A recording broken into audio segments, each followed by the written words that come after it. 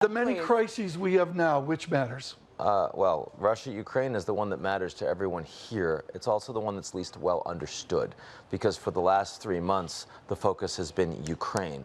But of course, the confrontation is also between Russia and NATO. The potential for negotiations to bear fruit, virtually zero. It's the first time in history that we have forcibly decoupled a G20 economy from the world's advanced industrial economies. That is a very big deal, especially for a forum that traffics in globalization. It is purely because of the acts that Russia has taken.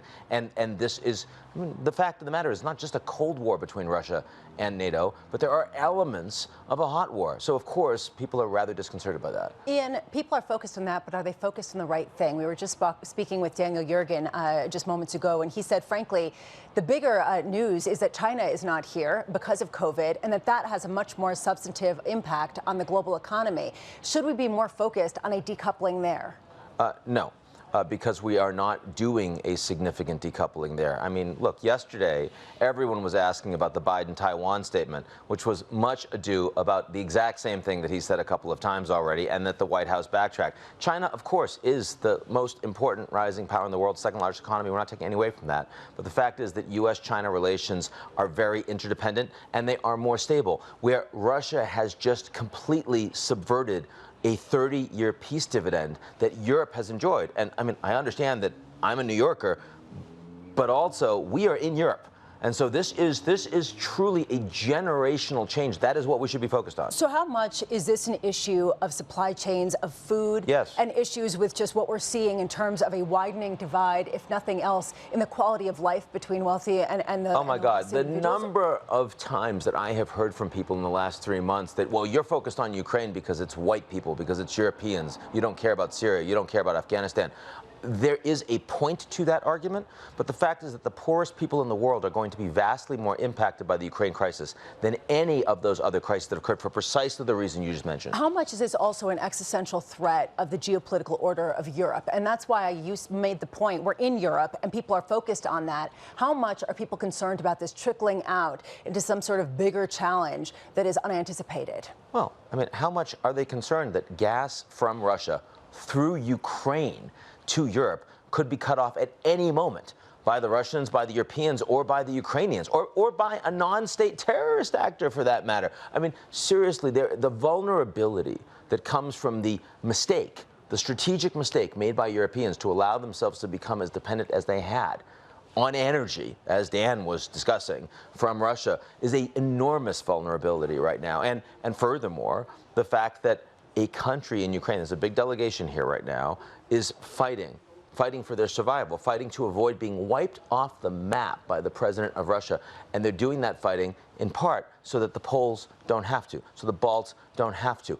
The Europeans do feel that. Not all of them, okay? Maybe you talk to Belgians here, maybe they don't feel as strong about that. The Germans do. The Poles do. They matter. The Finns and the Swedes, who are about to join NATO, do. So, I mean, don't underestimate how much of a change this reflects for a Europe that for 30 years felt like national security didn't matter for them. How do we support them? We had Alexander Stubb here, and if it's every nation for itself, a phrase, Ian, that you codified, from 800 miles of the Finnish border down to Erdogan with the Turkish lira through 16, and the incredible calculus he has with the Dardanelles, the Bosphorus, and up to the Black Sea, in that huge span of the new Eastern Front.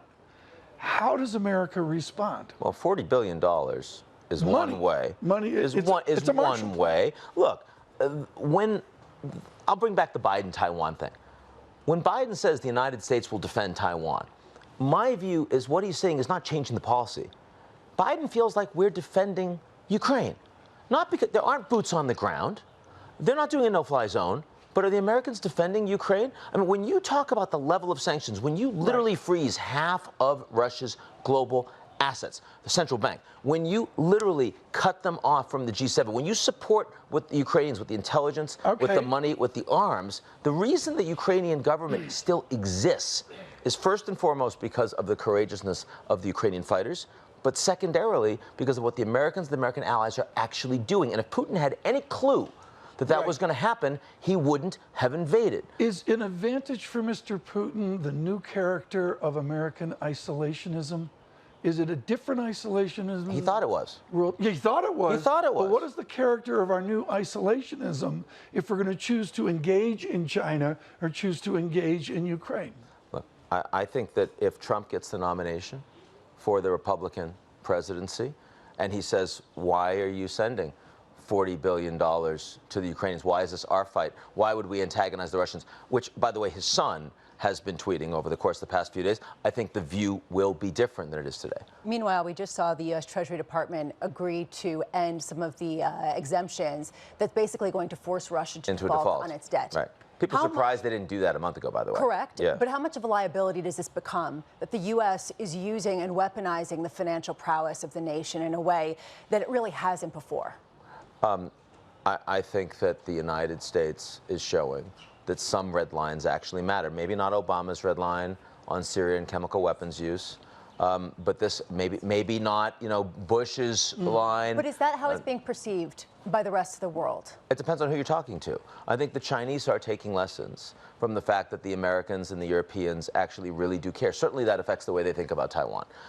But you're right. I mean, the dollar is being weaponized. The American financial system is being weaponized. But you know what? Where else are you going?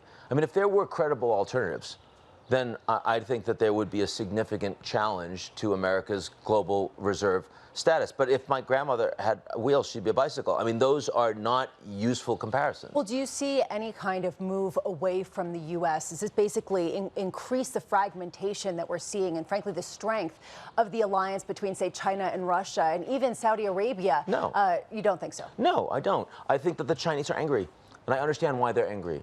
Because they have a similar worldview with Putin. It's very aligned. But the Chinese economy is 10x the Russian economy. So are we seeing them break American sanctions? No. Why? Because they don't want to lose their business with the Americans, the Europeans, the Japanese. Right. Are we seeing them provide military support to the Russians? No. What we saw is that a China that feels antagonized and annoyed did some military exercises with the Chinese while Biden was in Asia. Symbolically important, economically useless. The single biggest thing I've gotten wrong in international relations was the end of Yeltsin. What does the end of Putin look like? No time soon. I mean, the likelihood that Putin's going to be removed is extremely low until after it happens, right? I mean, clearly, if you're thinking about trying it, you're not letting anybody know, or it's it for you and your friends and your family.